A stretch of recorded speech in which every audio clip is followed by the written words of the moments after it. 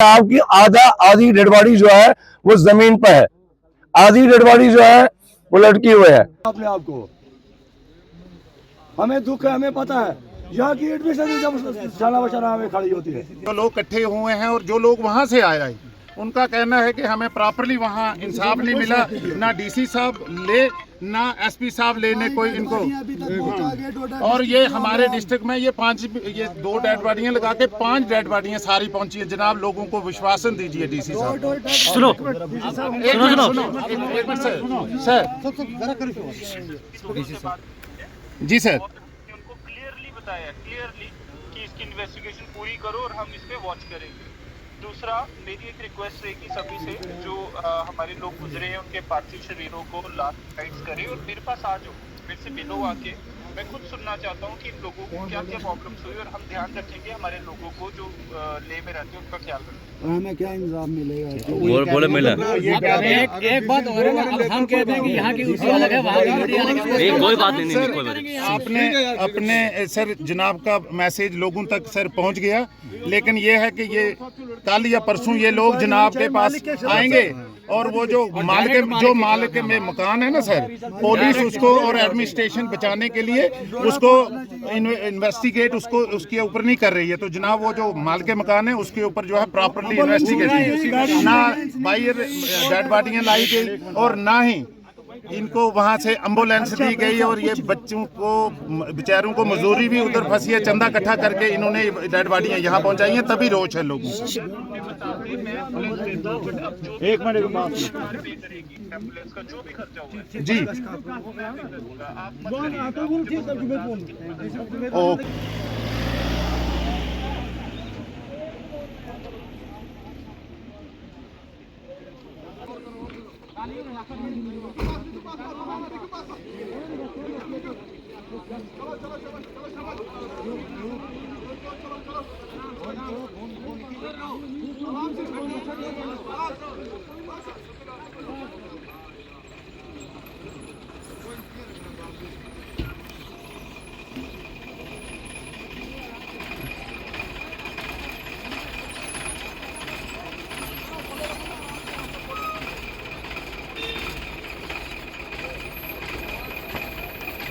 आपकी आधी dead body जो है वो जमीन पर है, आधी डेड बॉडी जो है वो लटकी हुई है। अब मेरे समझ से बाहर है, वहां के डॉक्टर जो है, रात को मैंने वहां की सुप्रीडेंट की जो मैंने बाइट सुनी, उन्होंने कहा कि इसने सुसाइड किया है। लेकिन पूछना चाहता हूँ उससे भी, उस डॉक्टर से, उस सुप्रीडेंट से, उस जो डॉक्टर जो था वहां पे जिसने इसका पोस्टमार्टम किया है, उससे भी पूछना चाहता हूँ कि सुसाइड कैसे होता है। अगर ये सुसाइड था, सुसाइड उसने किया क्यों? नंबर 1। नंबर 2, आधी डेड बॉडी जमीन पे है, आधी जमीन से ऊपर है, वो हमारी समझ से बाहर है। ठीक है, अब वो कह रहे हैं कि एफएलसी रिपोर्ट आने के बाद क्लियर होगा क्या है। अब उनने सबसे पहले मीडिया पे कैसे कहा कि इसने सुसाइड किया? अगर एफएलसी रिपोर्ट नहीं है तो उनने कहा कैसे कि इसने सुसाइड किया है? वहां पे फेक आ रहा है। दूसरी बात, जो वहां का जो जिस घर में रहता था ये लड़का, उसने जो बाइट दी है तो वहां पे हंस रहा है। एहसास नहीं है ऐसा कुछ कि भाई कोई बंदा मरा है मेरे घर के अंदर, जबकि 10 फुट का फैसला है उसका दरवाजा, जो ये लड़का मरा उसके दरवाजे को और मालिक के दरवाजे को, जिसके घर में रहता था। अब 10 फुट में पता नहीं चलेगा बंदे को कि कौन मरा है, कौन जिया है, कौन जिंदा है या मुर्दा है। ठीक है, और आगे पीछे दिनों में वो खुद लड़का जाता था लेबर लाने के लिए, गाड़ियां अनलोड या लोड करने के लिए। लेकिन उस दिन मालिक खुद जाता है, 6-6:30 बजे जाता है वो, कि कह रहा है कि मैंने लेबर लेना है यहाँ से। देखिए, शक की बात नहीं है, क्लियर चीज है। वो जो बंदा है, जिस घर में बंदा रहता था, क्लियर उसने इसको किया है, इसको मर्डर किया है, इसको मर्डर किया गया। और हम चैलेंज, मैं धड़ा कर रहने वाला हूँ, कहा कि मैं धड़ा कर रहना ब्लॉकगढ़ के अंदर आता हूँ, लेकिन मैं क्लियर करता हूँ ये चीज कि ये लड़का न सुसाइड करने वाला है। अगर इसके सामने कोई सुसाइड करने की कोशिश करता है उसको भी वो बचा लेता है। ऐसा कुछ दिन पहले भी कुछ इस तरह के मामला जो है वो पेश आया था, क्या ये हकीकत है कि वहाँ पर इससे पहले भी कोई ऐसा इंसिडेंट पेश आया? बिल्कुल आए हैं सर, हमने खुद अपने हाथों से कुछ डेड बॉडियां वहां से उठाए। ठीक है, तो ऐसा आज का मसला नहीं, आज का वहाँ पे मैं बात ये कर रहा था आपसे कि जो लड़का था वहाँ पे जो काम कर रहा था, तो आगे पीछे दिनों के बीच में वो खुद ही जाता लेबर लाने के लिए चौक से। जब भी इसको जरूरत पड़ती थी गाड़ियां उतारने या गाड़ियां चढ़ाने की जरूरत पड़ती थी तो वो खुद जाता था। लेकिन उस दिन का जिस दिन का वाक़ा, जिस दिन का ये एक्सीडेंट है वहाँ, तो उस दिन खुद एक मालिक जाता है, वो मालिक खुद जाता है चौक पे और वहां से लेबर लेके आता है। पूछना चाहता हूँ उससे कि क्यों गया था वो रीजन क्या था, क्या वो लड़का फोन नहीं रिसीव कर रहा था, या 10 फुट का सिर्फ गैप है एक साइड से, ये मतलब ये मान लो कि ये इस लड़के का दरवाजा है और ये मालिक का दरवाजा है, तो इस दरवाजे से 10 फुट का गैप उसने क्रॉस नहीं कर सका, वो खुद लेबर लाने के लिए गया उस दिन, नंबर 1। और जो वहाँ की जो एडमिनिस्ट्रेशन है, तो हमें नहीं लगता है कि वहां से इंसाफ मिल पाएगा हमें, ऐसा कुछ नहीं है, कोई उम्मीद नहीं है, ना एलजी से, ना वहाँ के डीसी, ना एसएसपी से। देखिए दूसरा लड़का भी उससे पहले दिन एक डेड बॉडी रात को पहुंची है वहाँ, जो डोडा बिली के रहने वाला था, तो उसका भी कोई शख्सुबाई है, वो कह रहे हैं कि उसने ड्रग्स किया, ड्रग्स के बावजूद उसकी डेथ हुई है, लेकिन ऐसा कुछ नहीं है, क्योंकि उस लड़के को भी हम अच्छी तरह जानते हैं। क्या उसको भी अब सुनने में आ रहा है, कुछ हमारे लड़के वहां थे, उनने सुनने में कह रहा है कि यहाँ से कुछ जैसे पे उसके निशान जैसे हैं, तो अब उनके जो वारिस हैं उनसे भी अभी मेरी बात नहीं हुई क्लियर, तो यहाँ से जाके इंशाल्लाह हम फिर से उनसे बात करें।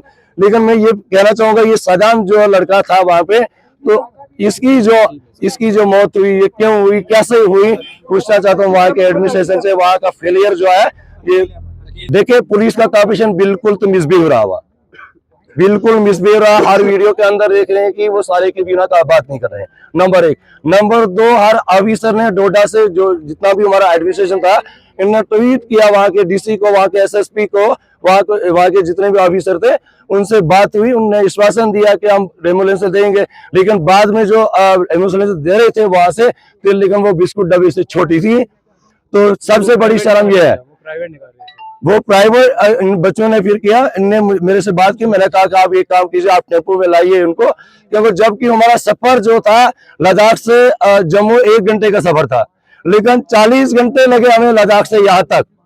सबसे बड़ी शर्म और शेम ये उनके लिए है कि वहां से एम्बुलेंस नहीं दी गई हमें।